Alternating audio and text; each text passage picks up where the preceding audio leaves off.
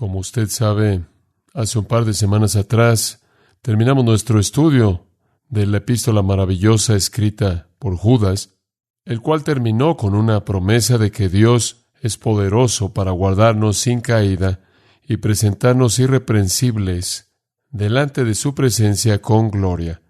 Y debido a que eso nos presentó la doctrina maravillosa de la seguridad eterna, mejor dicho, la perseverancia de los santos, o la preservación de los santos, pasamos unas cuantas semanas hablando de esa doctrina.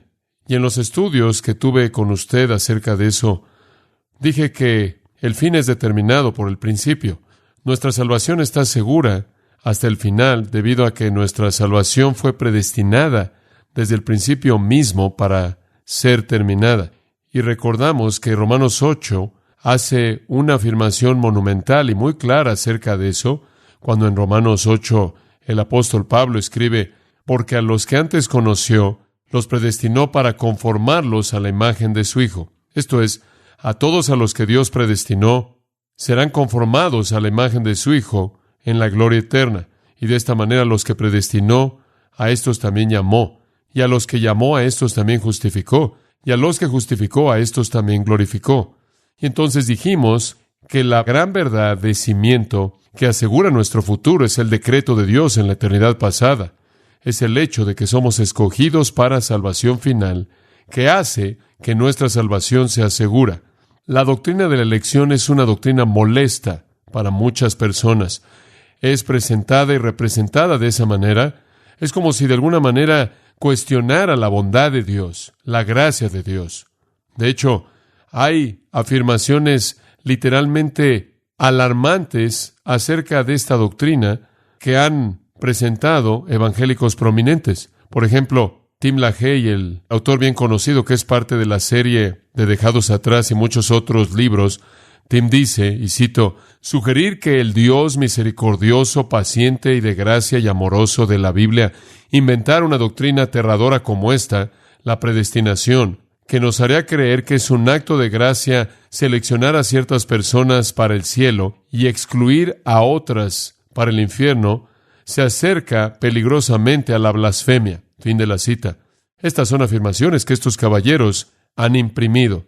Arno Fries, de otro ministerio, escribe, y cito: la teología fallida de la preselección, la llama él, es un intento por eliminar la capacidad de ejercer su libre albedrío, la cual reduce el amor soberano de Dios a un acto de un mero dictador. Fin de la cita. Otro pastor, autor y maestro de radio dice: esta doctrina hace que nuestro Padre Celestial se vea como el peor de los déspotas. Otro, el presidente de la Universidad de Santidad de Texas, dice: esta doctrina es el diseño de teología más irracional, incongruente, que se contradice a sí mismo, que menosprecia al hombre y deshonra a Dios, que jamás apareció en el pensamiento cristiano.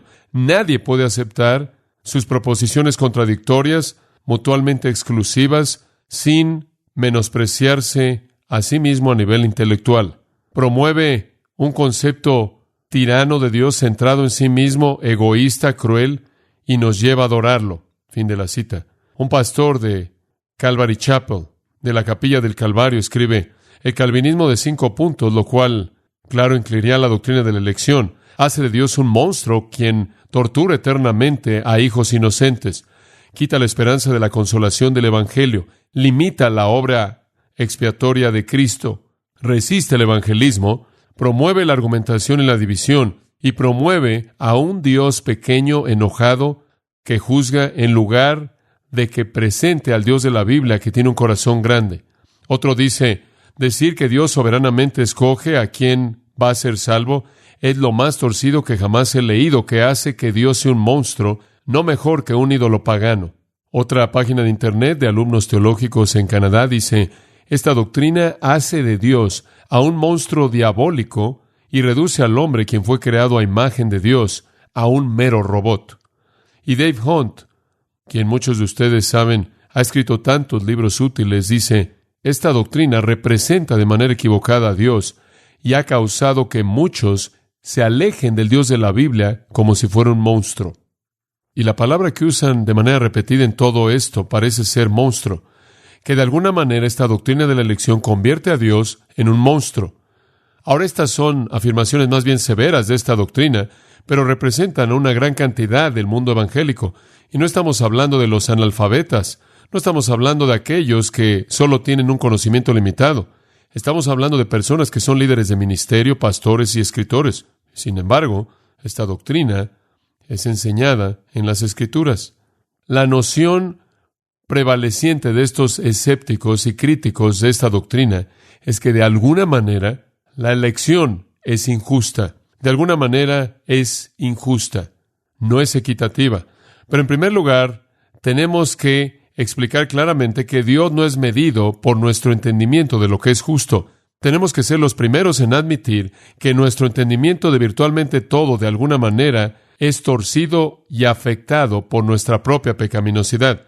En el Salmo 50:21, Dios dijo, «Y tú pensaste que yo era como tú». Y ciertamente no es así. En Isaías 55, versículo 8, «Porque mis pensamientos no son vuestros pensamientos, ni vuestros caminos mis caminos, declara Jehová, porque como son los cielos más altos que la tierra, así son mis caminos más altos que vuestros caminos, y mis pensamientos más altos que vuestros pensamientos». Y ahí está la clave. Dios tiene caminos y pensamientos que para nosotros son incomprensibles, inescrutables, imposibles de resolver. Hay una gran bendición en el capítulo 11 de la carta de Pablo a los Romanos, en la cual él dice esto, versículos 33 al 36, «Oh profundidad de las riquezas, de la sabiduría y el conocimiento de Dios, cuán insondables son sus juicios e inescrutables sus caminos». Porque ¿quién conoció la mente del Señor o quién fue su consejero? ¿Quién podría pensar cómo piensa Dios? ¿Quién puede atreverse a decirle a Dios cómo debe pensar Él? Porque de Él y por Él y para Él son todas las cosas. A Él sea la gloria por los siglos de los siglos. Amén. Es un entendimiento esencial de Dios que Él es santo, que su naturaleza es santa, que Él es infinita y perfectamente justo, que Él es perfecto y no tiene falla moral alguna, que Él es perfección. Todo en Él y de Él y para Él y de Él y por Él es perfecto. Y entonces lo que Él dice que es justo, eso es la justicia. ¿Cuál es la regla de justicia de Dios? ¿Cuál es el principio de la justicia de Dios? ¿Qué hay detrás de sus juicios? Lo que está detrás es su propio libre albedrío y absolutamente nada más. Dios hace determinaciones en base a nada más que su propio libre albedrío. Y lo que Él quiere es por definición justo, porque Él es justo. Es justo porque Él lo quiere. No es porque Él ve que es justo que Él lo desea, sino que Él lo desea y entonces se convierte en algo justo. William Perkins, un puritano, dijo, no debemos pensar que Dios hace algo porque es algo bueno y correcto, sino que más bien es bueno y correcto porque Dios lo hace. Dios no le debe nada a la criatura. Quien no entiende sus caminos no puede entender la mente de Dios y no puede ser su consejero. De cualquier manera, ¿cómo podría Dios jamás ser llamado injusto por escoger salvar a algunos porque no hay nadie que merezca ser salvo? La salvación nunca ha sido cuestión de justicia. Sin embargo, eso es lo que la gente dice. Eso no es justo, eso no es justo. Pero usted no quiere lo que es justo, ¿o sí? La elección está arraigada en gracia pura. Él muestra su gracia y parece que Él muestra su gracia de la manera más pura que ellos, a quienes la gracia parece ser menos inmerecida. No hay muchos poderosos, no hay muchos nobles. Pase a 1 Corintios capítulo 1, y ese es un gran lugar en donde comenzar. 1 Corintios capítulo 1. No quería comenzar ahí, pero mientras que estaba sentado ahí, este pasaje vino a mi mente. Y en 1 Corintios 1, versículo 26, leemos esto. Pues mirad, hermanos, vuestra vocación, esto es, su llamado divino a la salvación, el llamado salvador eficaz de Dios. Que no sois muchos sabios según la carne, ni muchos poderosos, ni muchos nobles, sino que lo necio del mundo escogió Dios para avergonzar a los sabios, y lo débil del mundo escogió Dios para avergonzar a lo fuerte, y lo vil del mundo y lo menospreciado escogió Dios, y lo que no es para deshacer lo que es, a fin de que nadie se jacte en su presencia.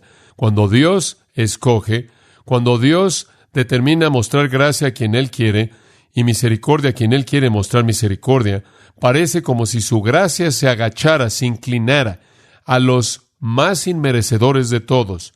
de tal manera que nadie se pueda jactar. El versículo 30 dice, mas por Él estáis vosotros en Cristo Jesús. Si usted está en Cristo Jesús, es por lo que Dios ha hecho, no por lo que usted ha hecho. Mas por Él estáis vosotros en Cristo Jesús, el cual nos ha sido hecho por Dios sabiduría, justificación, santificación y redención, para que, como está escrito, el que se gloríese en el Señor. Cuando hablamos de la gente que cree en el mensaje en el Nuevo Testamento, son los pobres y los rechazados y los débiles y las rameras y las prostitutas y los publicanos. Y Dios pasa por alto a los poderosos y a los nobles y a los religiosos y a los preparados con mucha frecuencia. Hay unos cuantos. La salvación no es cuestión de justicia, es cuestión de gracia pura. Y Dios ha escogido dar esa gracia a aquellos que parecería que son los menos merecedores de ella. Pero no podemos estar luchando con estas cosas a nivel intelectual como si hubiera alguna respuesta en nuestra razón. Debemos venir a la palabra de Dios y debemos ver lo que las Escrituras dicen al revelar la verdad de esta doctrina. No debemos dejar que esta doctrina se vuelva la víctima de nuestras mentes pecaminosas corruptas y nuestros razonamientos egoístas centrados en nosotros mismos y orgullosos, y entonces, como cualquier otra verdad bíblica, simplemente abrimos la Biblia y nos sometemos a lo que dice. Y debido a que es dolorosa, no cambia nada. El infierno es una doctrina muy dolorosa, eso no cambia nada. Y mientras que podría ser difícil para nosotros entender esto, podría ser para nuestras mentes manchadas por el pecado y débiles menos de lo que podríamos pensar que es justo, hacemos todo eso a un lado y nos sometemos a la palabra de Dios. Ahora, algunas personas creen que esta doctrina de la elección es algo que no es parte de Dios y de alguna manera no es parte de sus propósitos en el mundo. Pero eso ciertamente no es verdad. No es como si de alguna manera la doctrina de la elección en cierta manera saltara del Nuevo Testamento y nunca hubiera aparecido en el Antiguo Testamento. Después de todo, es claro que de toda la gente en el mundo, Dios escogió a Israel. De toda la gente en el mundo, Dios escogió a Abraham y lo sacó de Ur de los Caldeos y lo hizo el padre de una gran nación.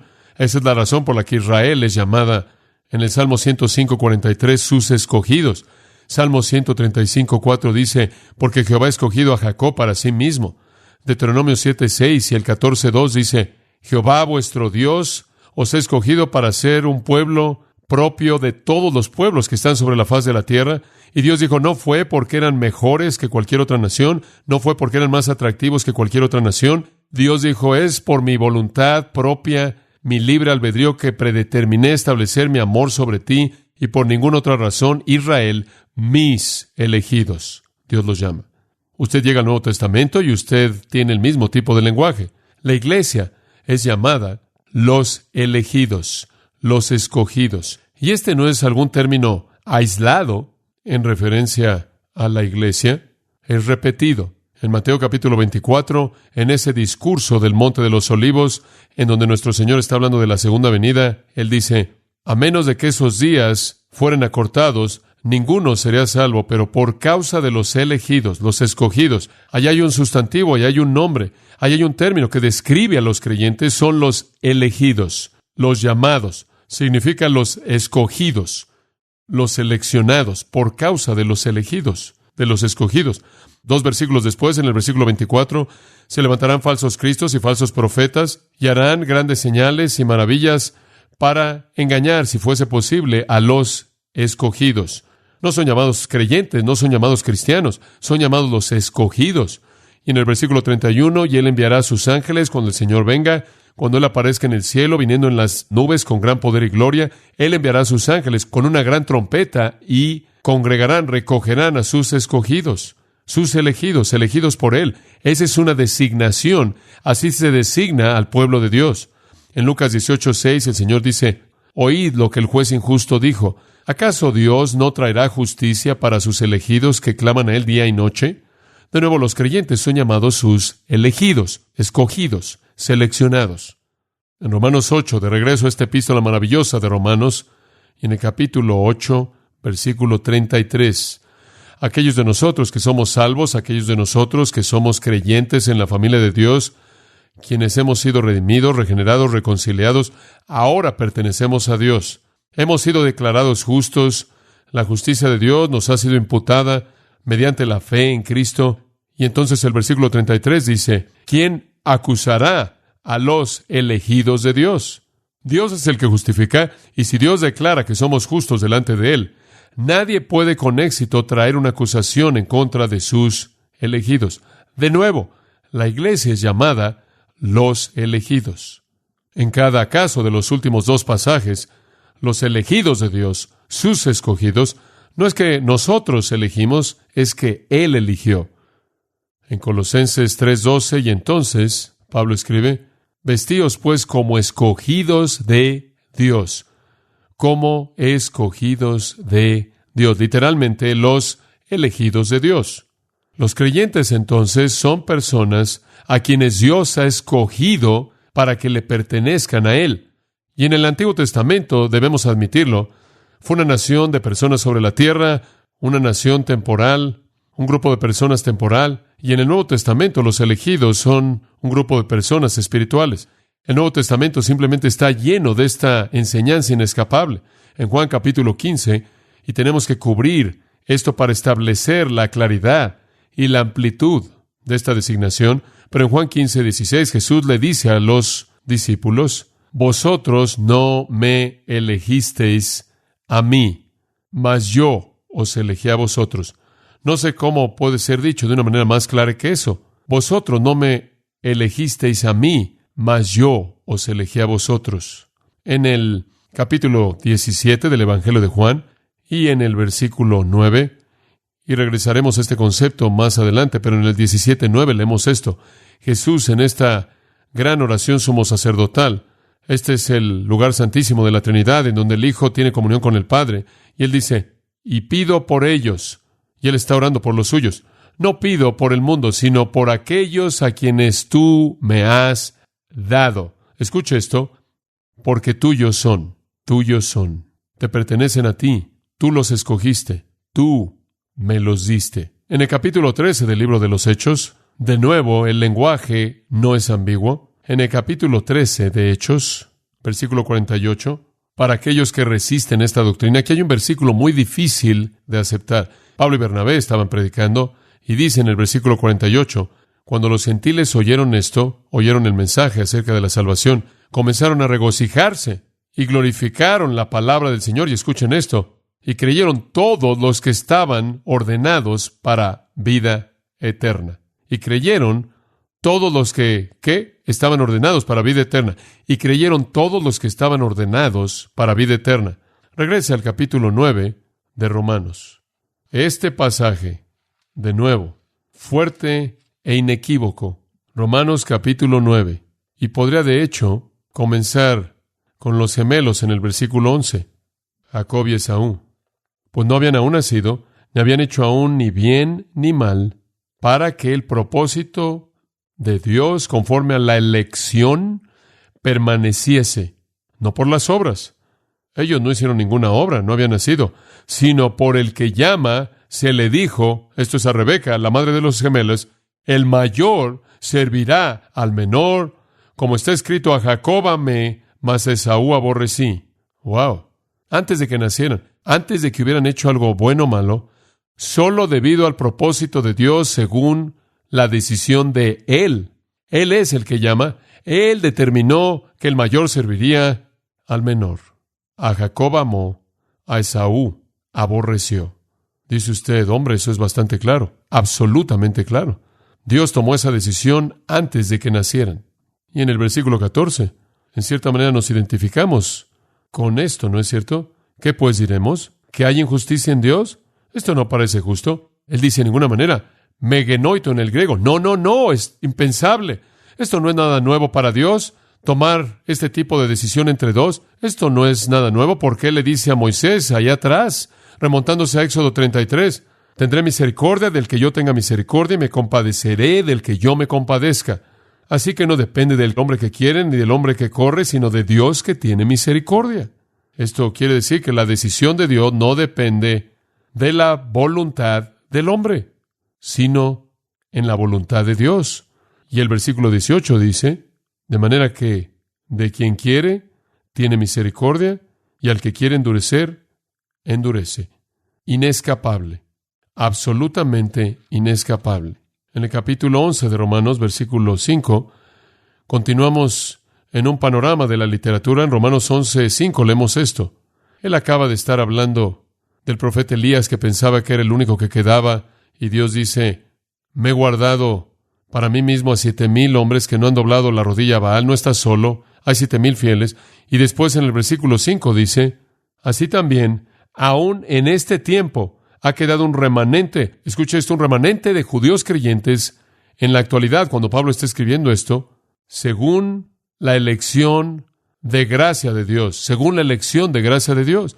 En 1 Pedro 1:1, Pedro, apóstol de Jesucristo. 1 Pedro 1:1, a los expatriados. Claro, porque son creyentes y por lo tanto son extranjeros, expatriados en el mundo, dispersados en el Ponto, Galacia, Capadocia, Asia y Bitinia. Escuche esto: elegidos.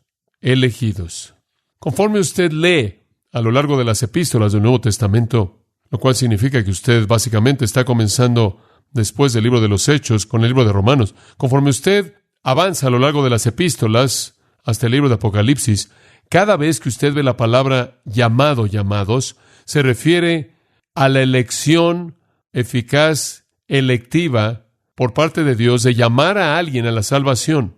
Los llamados son aquellos que son llamados eficazmente. No solo un llamado general, como la afirmación en el Evangelio: muchos son llamados, pero pocos escogidos. Cuando el llamado es identificado en las epístolas, es un llamado eficaz. 1 Corintios 1:9, Dios es fiel, por quien habéis sido llamados a la comunión con su Hijo Jesucristo nuestro Señor. Somos los elegidos y los predestinados, y por lo tanto los llamados. En Efesios capítulo 1 continuamos.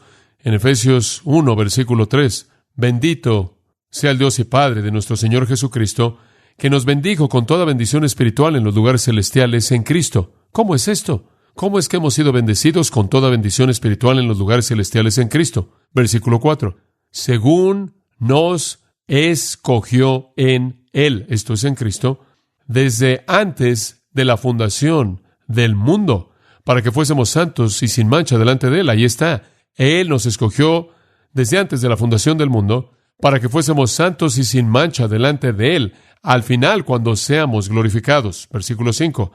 Según nos predestinó para adopción como hijos a través de Jesucristo para sí mismo. Escuche esto: según su beneplácito, para alabanza de la gloria de su gracia, que nos concedió gratuitamente en el amado. Todo ese lenguaje ahí dice que somos elegidos para santidad final y ser irreprensibles en amor. Fuimos predestinados para ser adoptados como hijos a través de Jesucristo. Todo esto debido a la intención amable de la propia voluntad libre, no influenciada de Dios, para que al final toda la gloria y alabanza vaya a Él por su gracia concedida gratuitamente a nosotros.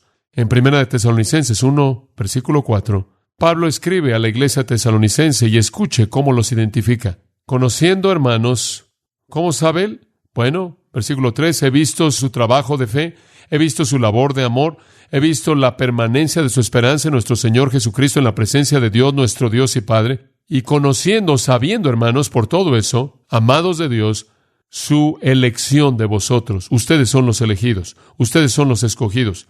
Es evidente a partir de su vida. Y otro texto, 2 Tesalonicenses 2:13. 2 Tesalonicenses 2:13. Y Pablo de nuevo le dice a los tesalonicenses: siempre debemos dar gracias a Dios por vosotros.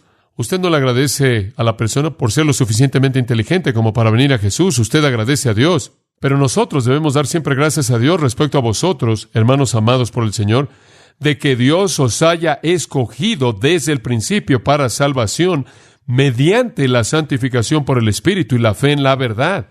No habría ninguna capacidad para que una persona fuera santificada, y la santificación comienza en el punto de la salvación, separada del pecado. No habrá ninguna esperanza de santificación o ninguna esperanza de fe en la verdad, a menos de que Dios los hubiera escogido desde el principio para salvación. Y debido a que Él los escogió, versículo 14 dice, fue para esto, esta santificación, esta fe en la verdad, que Él los llamó mediante nuestro Evangelio para que pudieran ganar, adquirir la gloria de nuestro Señor Jesucristo. Y todo este lenguaje es coherente. Él los escogió desde antes de la fundación del mundo para que fuesen como Cristo. Él los escogió para que fuesen irreprensibles y santos. Él los escogió para que en últimas estuvieran en la presencia de su gloria. Él los escogió para que ganaran la gloria misma del Señor Jesucristo. Él los escogió para que llevaran su imagen en el cielo. Él los escogió en el pasado y los llamó a un llamado eficaz, poderoso, que los despertó de los muertos y les concedió un entendimiento claro del Evangelio en el regalo de la fe salvadora. Ahora, no hay manera en la que usted pueda concluir a partir de eso que esta es una idea ambigua, ¿verdad? Esto no está en duda en la Biblia, y frecuentemente lo he dicho, debido a que he respondido esta pregunta múltiples veces en mi vida. La he discutido, la he debatido, lo he hecho a nivel privado, inclusive públicamente, y con frecuencia he dicho, si usted cree la Biblia, usted cree en predestinación. Si usted cree la Biblia, usted cree en que Dios escogió a quien sería salvo.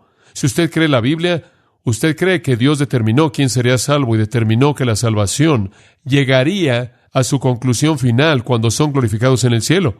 Si usted cree en la Biblia, usted cree que Dios llama de manera eficaz a aquellos que Él escoge y les concede fe. Sin embargo, con toda esa claridad, la gente todavía resiste esta doctrina. Observe Romanos 9, y quiero que sepa cómo es que Dios enfrenta esto. Esto es tan bueno. Regrese a donde nos quedamos, ahí en el versículo 18, hablando de Jacob y Esaú y cómo Dios había determinado eso desde antes que nacieran.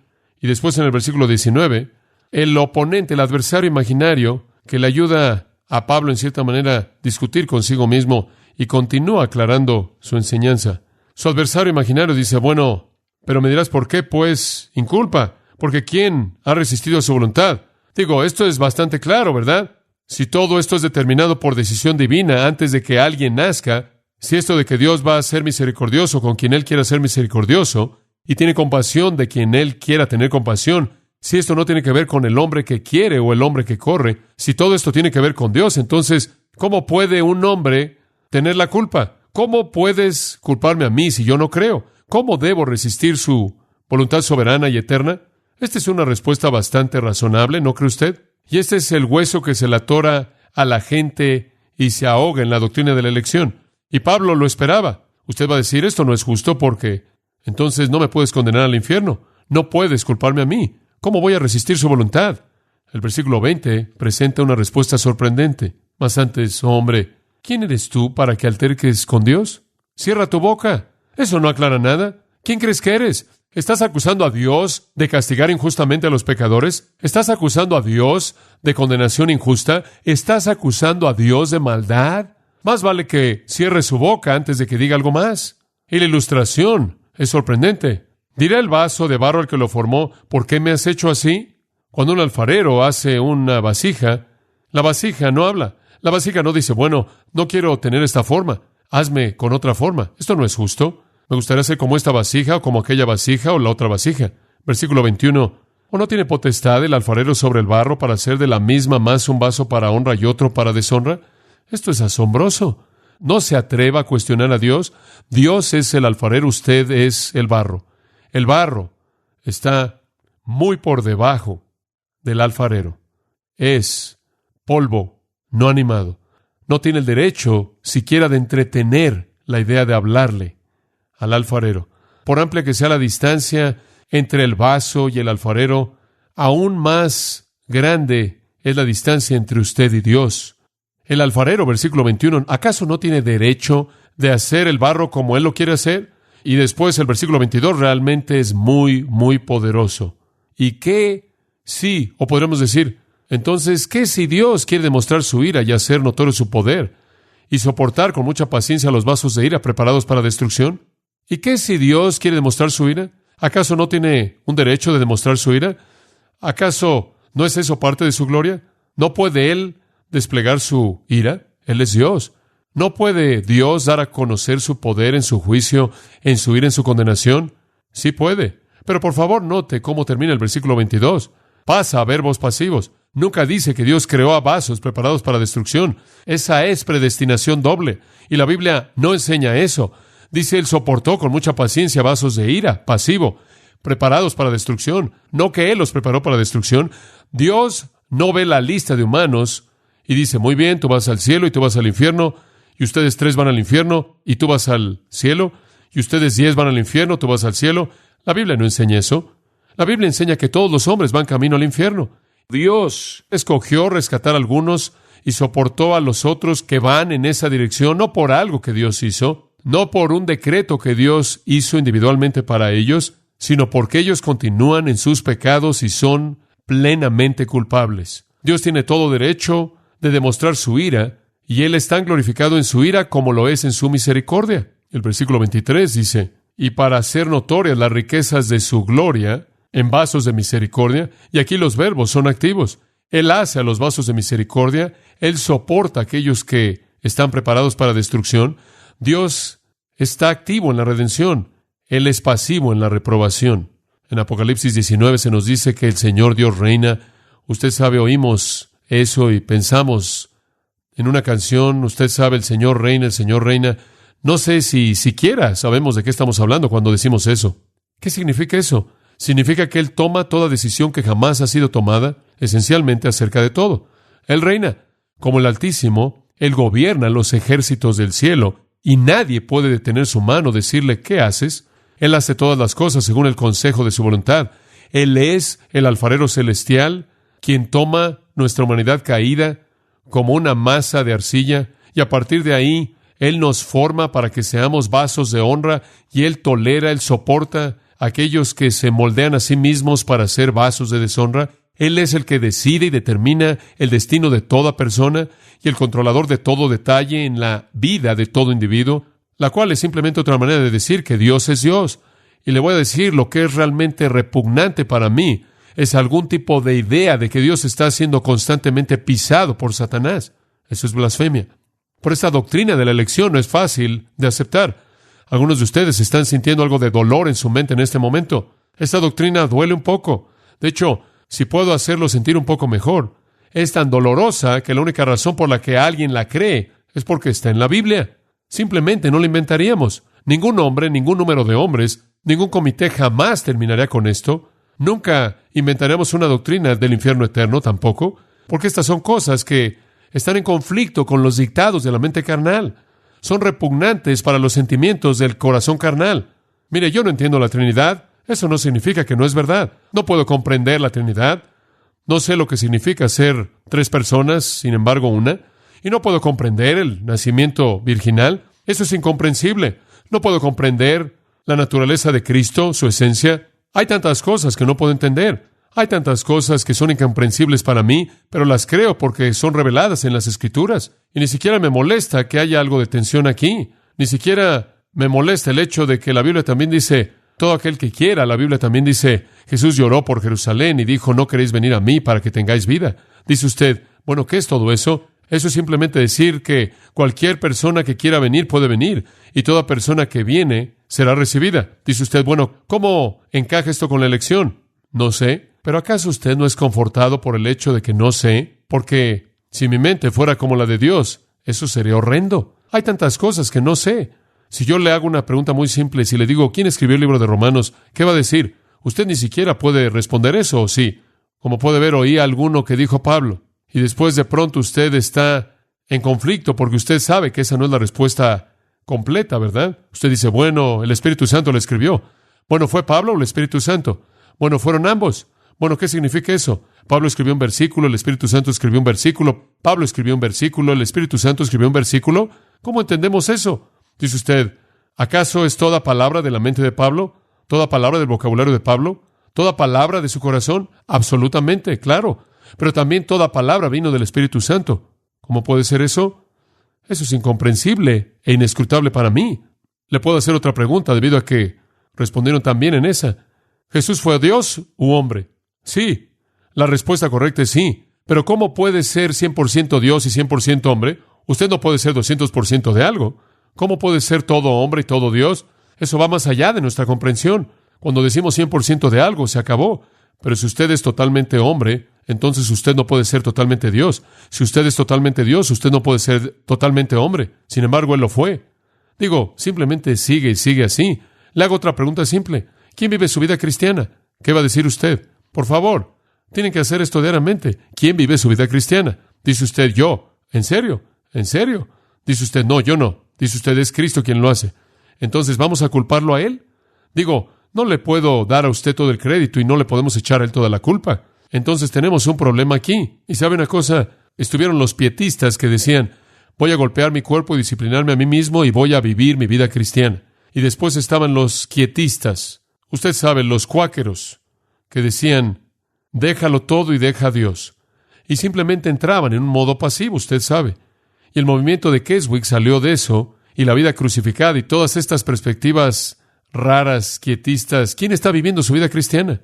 Dice usted, bueno, si hay algo mal, soy yo. Si hay algo bueno, es Él. Y ellos dicen, es un misterio que es inconcebible. El apóstol Pablo dijo esto acerca de eso. Él dijo, con Cristo estoy juntamente crucificado, Gálatas 2:20. Mas yo vivo, pero yo no. Como puede ver, él tampoco sabía. John Murray dijo hace muchos años atrás que en toda doctrina importante en la Biblia hay una paradoja aparente. Hay una paradoja no resuelta que es trascendente. Y esto significa que Dios es Dios, y el hecho de que hay tantas de estas en las Escrituras significa que las Escrituras no fueron escritas por hombres. Conozco editores, arreglan cosas como esa. Entonces, debido a que creemos que Jesús es Dios, no significa que no creemos que Él es hombre. Debido a que creemos que Él nació de una madre humana, no significa que no creemos que Él nació de Dios. Debido a que debemos perseverar en nuestra fe, no significa que no estamos seguros. Debido a que la Biblia fue escrita por autores humanos, no significa que no creemos que no fue escrita por el Espíritu Santo. Debido a que tenemos que disciplinarnos a nosotros mismos para vivir la vida cristiana, no significa que no creemos que no es Cristo en nosotros. Y debido a que creemos en la doctrina de la elección, no significa que no creemos en la responsabilidad humana. Estas son paradojas aparentes que no podemos resolver, pero el peligro es que usted destruye la verdad y termina con algún punto medio racionalista. Eso es peligroso. Entonces, la enseñanza inequívoca de las Escrituras es la doctrina de la elección. Inclusive, el preconocimiento, la presciencia del que habla Pedro, en 1 Pedro 1, presciencia, elegidos según la presencia de Dios. Vea esto por un momento, voy a terminar esto aquí y continuaremos el resto el próximo domingo por la noche. Pero vea 1 Pedro 1:1, él dice que somos elegidos, y después en el versículo 2, según la presencia de Dios. Dice, no, ahí está la clave, según la presencia de Dios. Inmediatamente van a decir, ¿qué significa eso? Eso significa que Dios sabe lo que usted va a hacer, ¿verdad? Antes de que usted lo haga. Presciencia, preconocimiento. Y Dios, allá atrás en la eternidad pasada, debido a que Él conoce todo lo que va a pasar, miró hacia adelante en la historia y dijo, veo lo que va a pasar, que John MacArthur, él va a nacer en esa familia cristiana y él va a ir al Evangelio y él va a creer el Evangelio, entonces lo voy a escoger. ¿Cree usted que eso es extraño? Eso es lo que la mayoría de los cristianos cree. Eso es lo que la mayoría de los cristianos cree y enseña. Pero eso es como previsión acerca de lo que la gente hará. Ahora, el problema con esto es que, ¿cómo es que estos pecadores muertos van a resucitarse a sí mismos para hacer esto sin la ayuda de Dios? Responda usted esa pregunta. ¿Cómo es que aquellos que son totalmente depravados, están totalmente ciegos, están totalmente muertos, van a llegar al punto en el que van a tomar esa decisión para salvación? ¿Cómo lo van a hacer? ¿Cómo van a hacer eso? No pueden hacerlo. ¿Puede el leopardo cambiar sus manchas? ¿Puede el etíope cambiar su piel? Tampoco podéis vosotros hacer bien, ustedes que son malos. ¿Cómo es que va a pasar eso? Si Dios tan solo ve quién va a tomar la decisión, entonces su elección no está basada en su propio libre albedrío. Está basado en el mérito de ellos, ¿verdad? Está basado en el mérito de ellos. Los hombres buenos van a escogerme a mí y entonces yo los voy a escoger a Él. Esto no tiene nada que ver con todos esos versículos que leímos. Absolutamente nada. Y por cierto, dice, somos elegidos según la presencia de Dios. Pero quiero que vea el versículo 19. Cristo. Muy bien, Cristo. Ahora escucha esto. Cristo. Porque Él fue conocido antes de la fundación del mundo. Tenemos un problema. Si preconocimiento significa que Dios mira hacia adelante y ve lo que va a pasar en el versículo 2, entonces conocer desde antes debe significar lo mismo en el versículo 20, ¿verdad? Entonces eso significa que Dios vio a lo largo de la historia hacia adelante y dijo, mire eso, Cristo va a dar su vida, va a entregar su vida. Bueno, si va a hacer eso, lo voy a hacer el Salvador. Obviamente preconocimiento no puede significar eso, porque Jesús dijo que Él no vino para hacer su voluntad, sino la voluntad del Padre, de su Padre. Esa es la razón por la que Él es llamado Cristo, mi escogido. Dice usted, bueno, ¿qué significa preconocimiento? Es prognosis. Prognosis, obtenemos la palabra prognosis de ahí. Es usada en términos médicos. Es una decisión predeterminada. Es una decisión predeterminada. Cristo fue preconocido. Esto es, Él fue conocido por Dios en el sentido íntimo como el Salvador, el Redentor, antes de la fundación del mundo. Está hablando del tipo íntimo de conocimiento. Como dice en el Antiguo Testamento, a Israel solo he conocido. ¿Acaso eso significa que los judíos son el único pueblo del que Dios conoce? No, es el tipo de conocimiento que usted tiene en Génesis. Caín conoció a su esposa y ella le dio un hijo. Eso no significa que él conocía el nombre de ella. Eso no significa que él sabía quién era ella. Significa que tuvo una relación íntima con ella y a partir de eso salió un hijo. Jesús dijo esto en Juan 10, mis ovejas oyen mi voz y yo las conozco. Él está hablando de una relación de amor íntimo. El shock, el asombro fue que María estaba embarazada y José ni siquiera la había conocido. Hablamos de eso inclusive en la actualidad. Usamos la expresión de conocimiento carnal para referirnos a una unión sexual, un conocimiento íntimo. Lo que usted tiene aquí en preconocimiento es una intimidad predeterminada. Así como el Padre tuvo una relación predeterminada con el Hijo, que lo llevaría a hacer el sacrificio por el pecado para derramar su sangre preciada, como un cordero, sin mancha y sin arruga, así el Padre tuvo una relación predeterminada con aquellos a quien Él escogió. Preconocimiento es una decisión deliberada. Otro pasaje sella esto.